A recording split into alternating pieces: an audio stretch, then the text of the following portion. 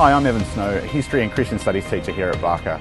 Last year, our staff and alumni took part in the Barker Brain Cancer and we're really excited about getting involved again this year.